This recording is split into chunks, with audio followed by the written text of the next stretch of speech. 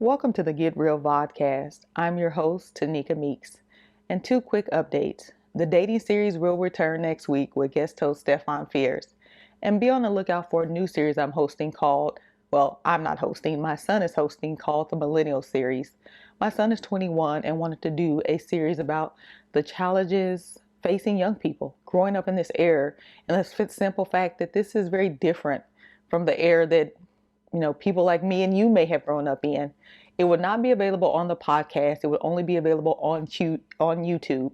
It'll be called the Get Real Millennial Series. So be on the lookout for that. It should be published within the next week or two. So if you are someone like me who want to understand young people better, or if you do have teenage children or children in their early 20s and you see them struggling, it might be good for them to check it out. My son is very real, he's very honest, and he's struggled quite a bit and is still struggling to figure out this thing we call life, to figure out how to be an adult. And he will be sharing some of those challenges with the world on the Millennial Series. And so be sure to check it out. If you have children, tell them to check it out. Or if you know some young people who could benefit of knowing that there's somebody out there in the same boat that they're in. Someone out here who are struggling to understand this thing we call life, tell them to check it out.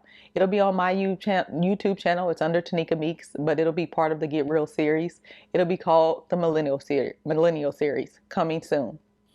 So today's podcast is called Spiritual Poisoning. Now, I know a lot of you may or may not understand what I'm talking about. This episode really is geared towards Christians, or those who believe in the Christian faith, or who believe in God.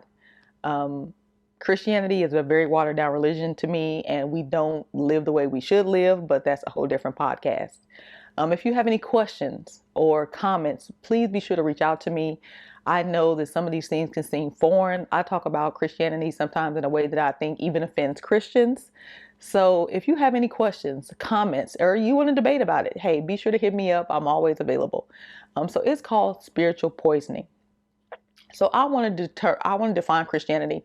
I'm all about definitions. I'm all about clarifications. I'm never going to say anything to you without defining what I mean, because terms have many different meanings depending on who you're talking about. So when I say Christianity, when I say spirituality, I mean the powerful spirituality behind Christianity. Now, I'm not talking about mysticism, hoodoo, voodoo, astrology, tarot cards, vibrations. I even had a guy recently, I was talking to a gay man. He said that he felt like fisting was a spiritual experience. I'm not talking about any of that. I am talking about the spirituality behind Christianity. So let's focus on that definition of spirituality.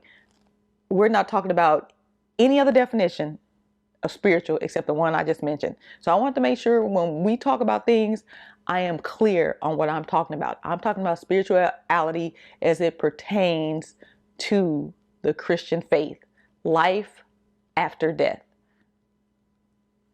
So I want to make sure I clarified that, because I don't want anyone talking, well, were you talking about manifesting, or were you talking about, higher vibrations? No, we're not talking about that. We're talking about the spirituality behind Christianity.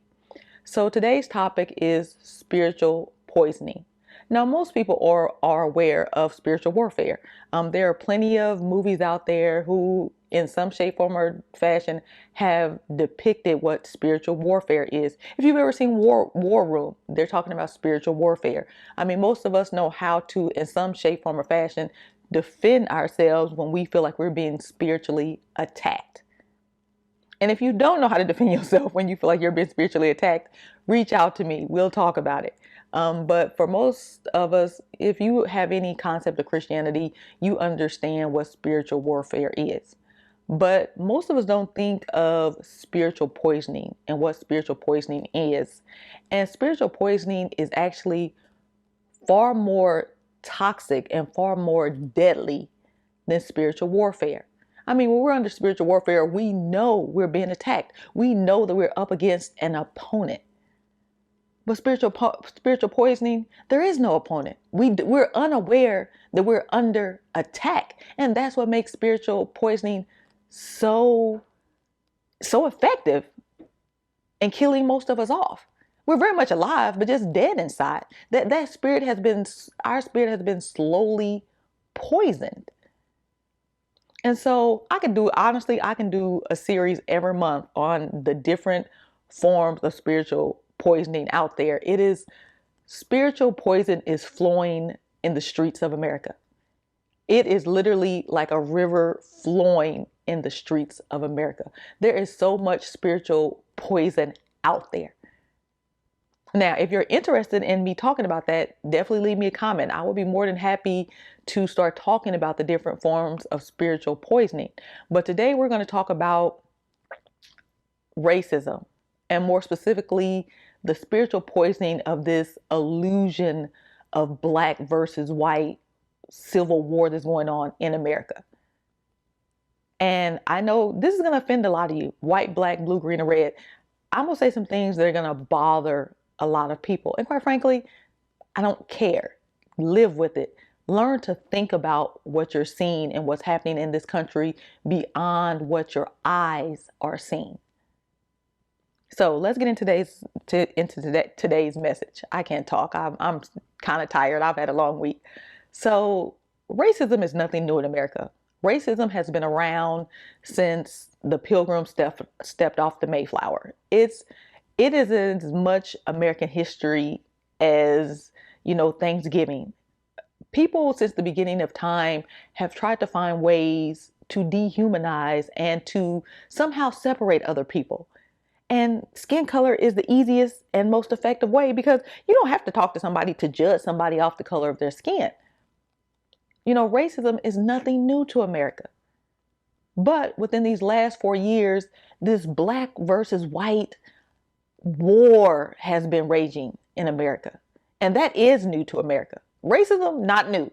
But this very impending racial war is new to America.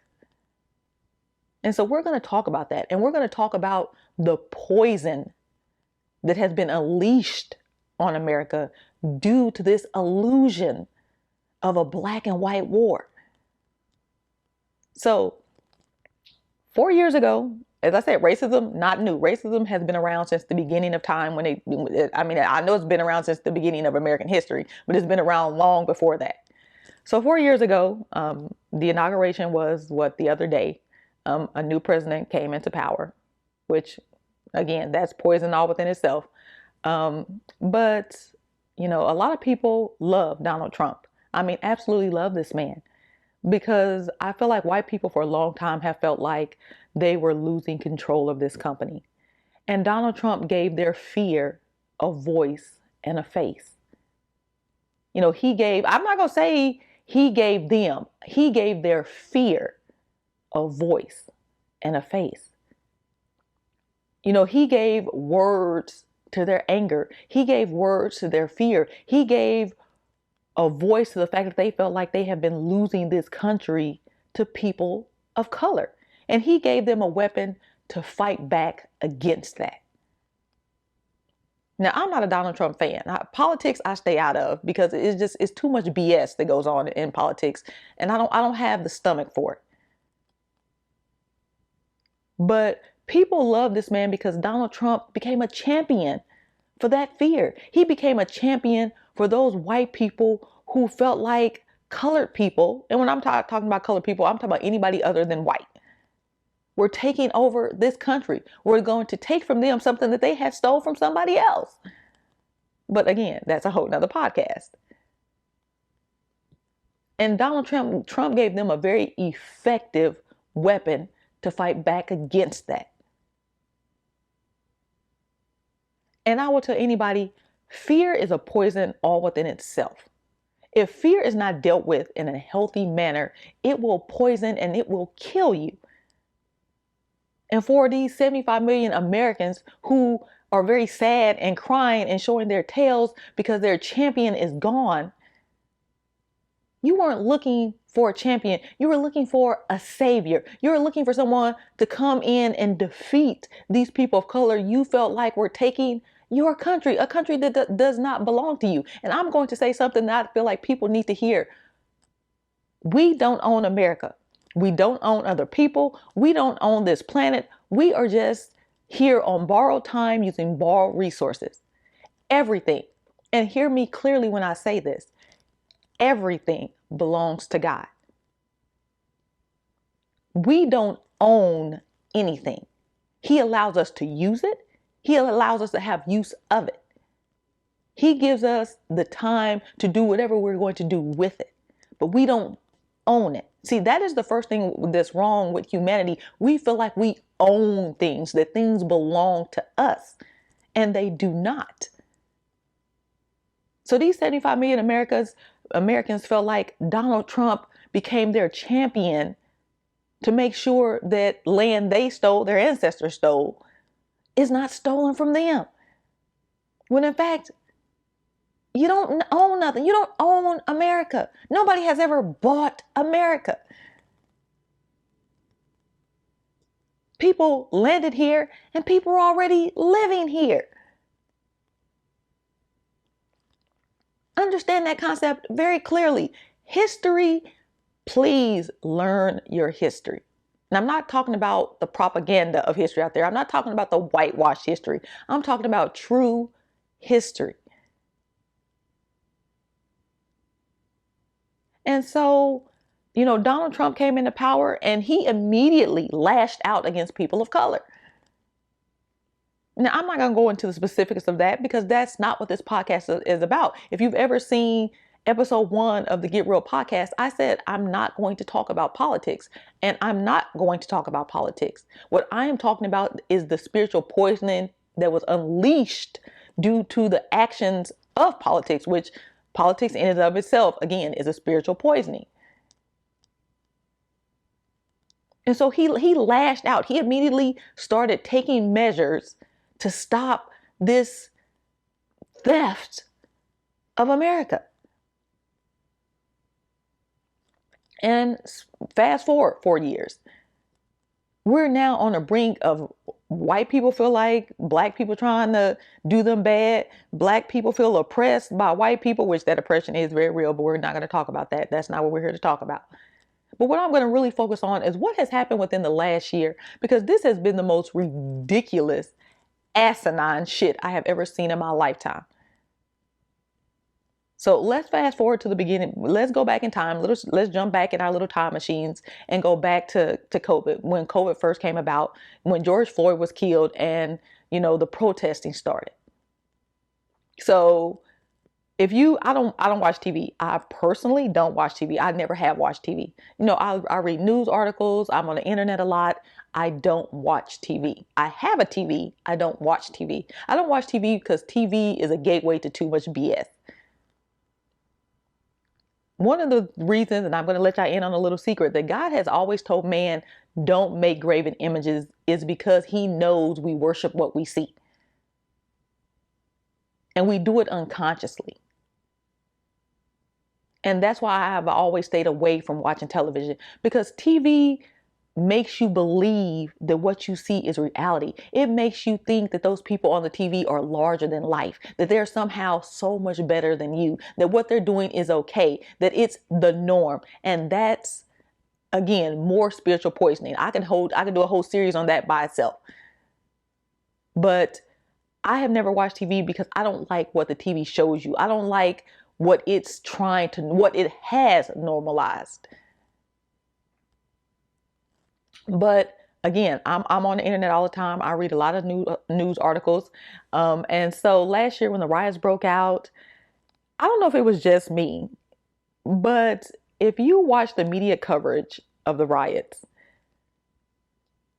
they're showing people, peacefully protesting, Black Lives Matter, something needs to be done about the injustice and inequality in America. That's what the protests were about. Trying to get justice for all, equality for all. But the way the news media covered it, there was a different message being put out there. If you actually watched it, it was almost like more like a question. Oh, they're saying Black Lives Matter. Do Black Lives Matter? Do Black Lives Matter? Do Black Lives Matter? It was almost this question mark on whether or not Black Lives Matter. But what they're really saying is white people be afraid. Look at what these black people are doing. They're out here in mass trying to get justice, trying to get equality, trying to do the very thing you're afraid of. Basically, it was a call to white people to be afraid. And that's what they showed. And then when those people started, burning down businesses, breaking into businesses, when all that chaos erupted, what the news media is saying? Oh my God, white people, look, your fears that came to fruition. They're burning down businesses, that they're rioting, oh my God, new Black Lives Matter. Now, that's not what you saw, but that was the message behind it. The news media was very good at covering the Black Lives Matter protests, especially when they turned violent, especially when they turned into riots and breaking into businesses. They made sure they had cameras out there to capture all that footage. Because that was a call to white people to be afraid. And that's literally what they were trying to show. White people, you have a reason to be afraid. They're talking about Black Lives Matter. Now, again, there was a question mark at the end of that. Do Black Lives Matter? Do Black Lives Matter? Black Lives Matter? Do Black Lives Matter? I mean, all that was missing was Scooby doing it. It was that silly. Now, of course, people were out there protesting for a legitimate reason.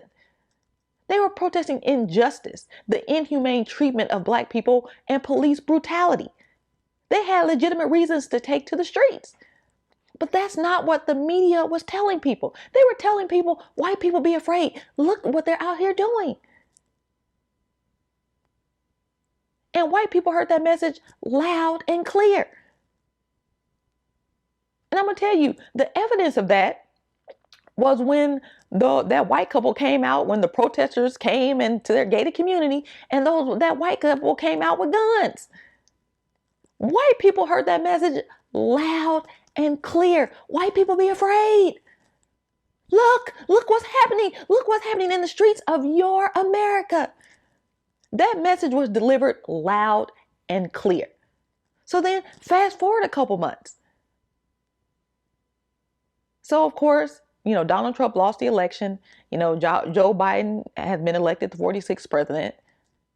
And that fear has came to fruition. They are again trying to take your country, white people. Be afraid. Look at what they're doing. And so Mr. Trump was like, hey, do something about it. Take your country by force if that's what you have to do. And the news media was at it again. Oh, look, black people, look at what these white people are doing. Look at white privilege. They're storming the White House. Black people, white privilege, white privilege. They were screaming white privilege from the top of their lungs. Look, black people, these white people are showing off their white privilege. And so you start getting those comparisons. Black Lives Matter, white privilege. Now I'm going to say something that's going to offend some people. There is no damn such thing as white privilege. Life in and of itself, regardless of what color you are, is a privilege given by God. This so-called white privilege is no more than a system that white people set up for themselves. It's a system set up by y'all for y'all. To me, that's not a privilege. And that's what y'all are fighting so hard to protect, that system. It's almost a form of cheating. If you stack the deck in your favor, does that really make you a master of the game? Or does it really just make you a cheater? I don't believe in this white privilege. And I'm not going to tell anybody I believe in white privilege. I know what it means and I know what it stands for. But white privilege no more is a system set up by white people for white people.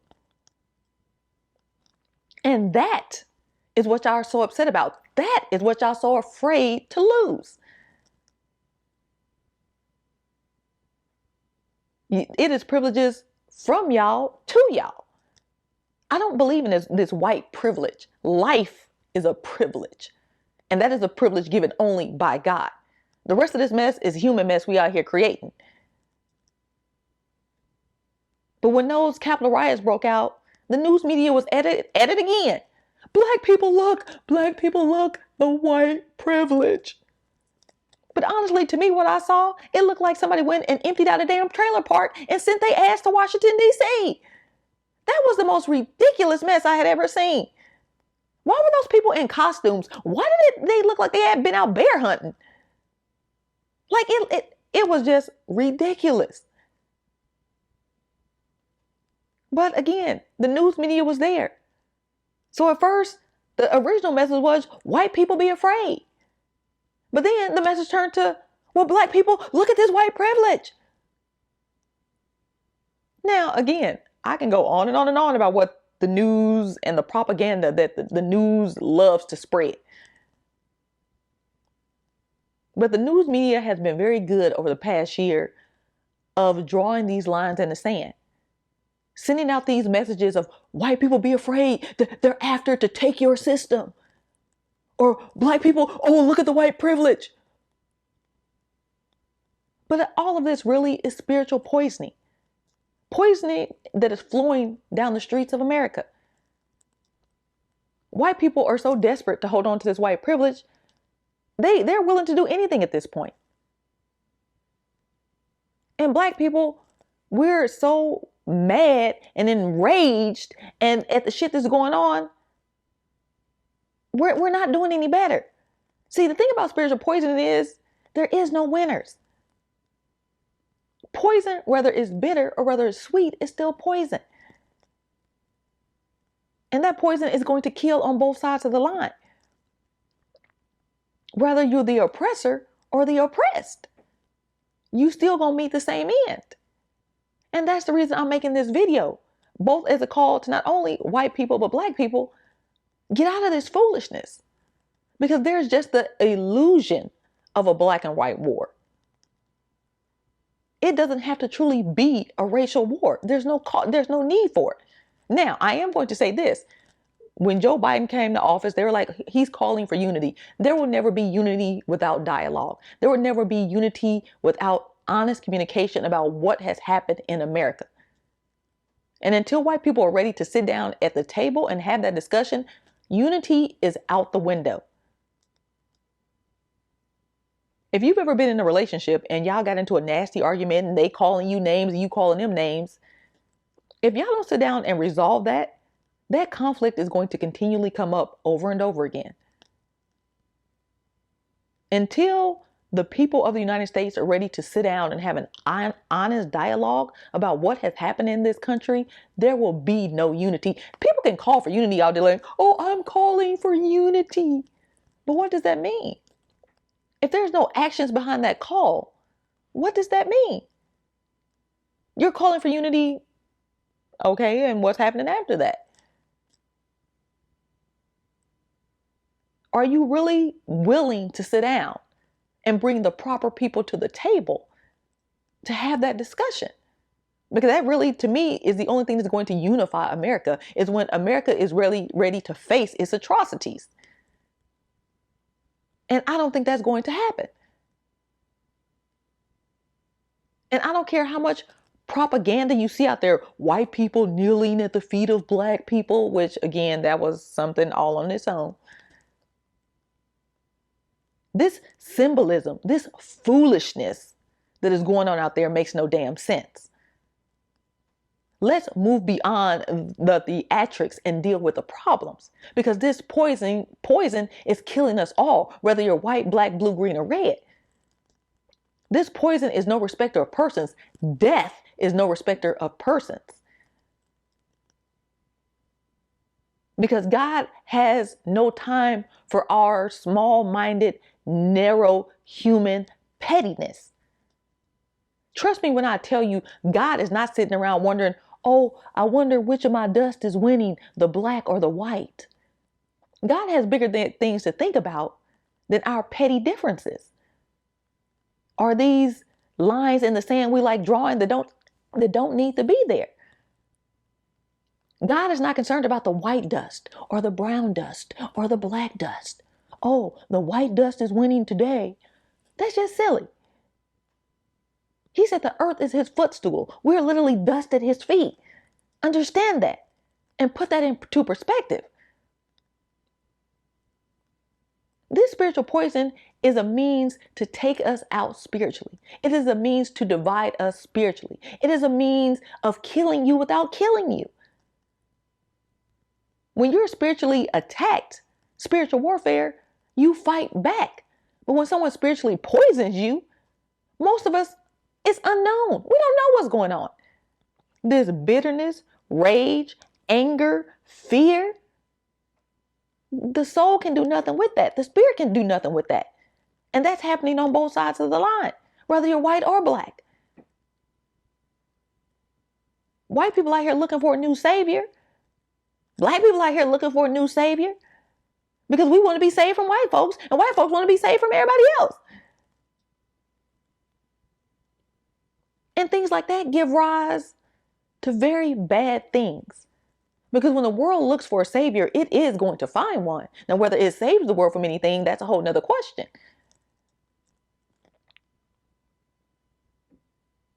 We're all children of God, made in his image. Now, I would tell anybody, educate yourself. And I'm not talking about going to school, because the education you get in school is not the best. But this black and white war, this illusion of a black and white war, does not need to happen. All it's going to do is turn that poison that's flowing through the streets of America into blood. That's it.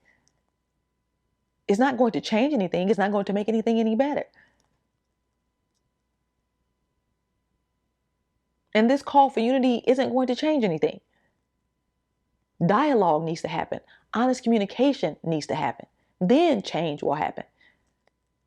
But one thing I will say, and I'm talking to white people and black people and all people, start boycotting not only the news outlets that is spreading this damn propaganda, but I'm talking about on Facebook, Instagram. I don't care if this is someone that you have been following for years. If they are out here talking about, oh, look at the white privilege, oh, the Black Lives Matter, oh, the Black Lives, if they are spreading this propaganda without offering actions, without offering solutions to these problems. That's one thing the news media is very good at. They're good at showing you the problems, but yet they offer no solutions. We, the people, are good at offering answers when nobody knows the questions. So hold your news media accountable. If you're going to show me the problems, you better come up with a damn solution. Don't be out here just talking about, oh, Black Lives Matter, Black Lives rioting, all this stuff about Black lives. Okay, then you tell me a damn solution. Don't keep throwing the problem in my face and stop spreading this propaganda of fear. And as far as black people, stop talking about the damn white privilege. Because trust me, white privilege is not a privilege, it's a system. And they're trying like hell to hold on to that system. And that is what's truly driving and fueling their actions. If you can't give me actions on what I need to do so I can be part of the solution, don't keep giving me the damn problem. And that's what's wrong with this whole scenario. The problems are everywhere. We all know the problems, but nobody's coming up with any solutions, not actionable solutions. What steps can I take to be part of the solution, not just someone throwing around more problems? The one good thing I can say about what happened over this last year, the one action that came out of this was go out and vote. If you don't want Donald Trump in the White House, go out and vote. Vote him out. That was the one action that came out of a whole year of BS. So if someone are going to tell you this illusion of a black and white war, that's the problem. Now ask them to tell you for a solution. Tell them how you can be a part of the change. Tell them how you can be someone who is not drinking this poison. The evil one doesn't care if you black or white. He's not a respecter of persons. He'll use you whether you're black or white to get to the means to his end. And the more people he can take with him, the happier he is. I will tell people, step away from this illusion of this black and white war. Treat people like people. If someone gives you a reason to dislike them, then dislike them. If someone gives you a reason to love them, to love them. Don't base how you feel on people on the color of their skin, because it doesn't tell you anything.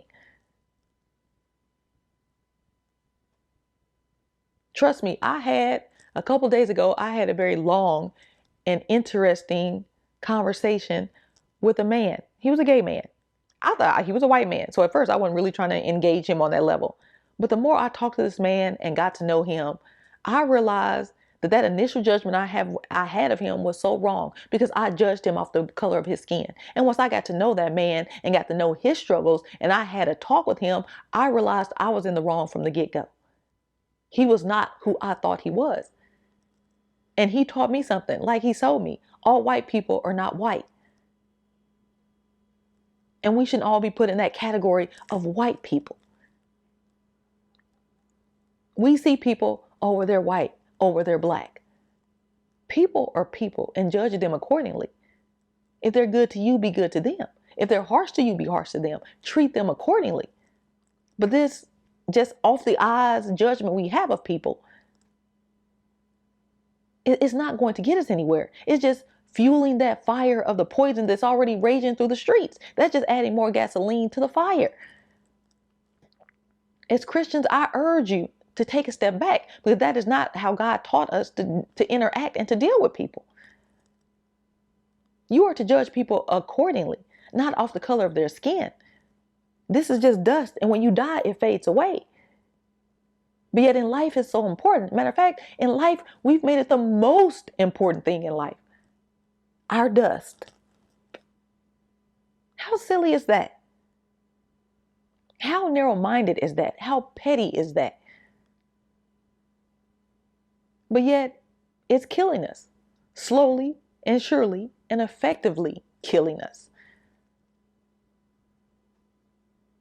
I urge you, if you're somebody that believes in God and believes in life after death, walk away from this poison. Walk away from this black and white poison. Walk away from this illusion of a black and white civil war that does not need to happen. Now I know people are like, well, you black, how can you say that? Yes, I have a 21-year-old black son that I live in fear of every day, about him getting gunned down just because of the simple fact that he's black. But I also know me going out there raging against white people isn't doing anything for me. I need to do what I can to be part of the solution, not go out there and become a part of the problem. There are those who are going to hate, and hate will kill you just as surely as anything else will. Matter of fact, hate will kill you quicker and is a more effective killer than a gun. Hate is not going to solve anything. And until we realize that, until we stop that poison of hatred and racism and colorism and this whole black and white thing we got going on, that's just more death. And when I say death, I'm not talking about in the physical sense of death. I mean more spiritual death. God doesn't have room for our petty human differences, nor is he going to sit there and entertain them. He has no reason to. We have created this mess. He didn't.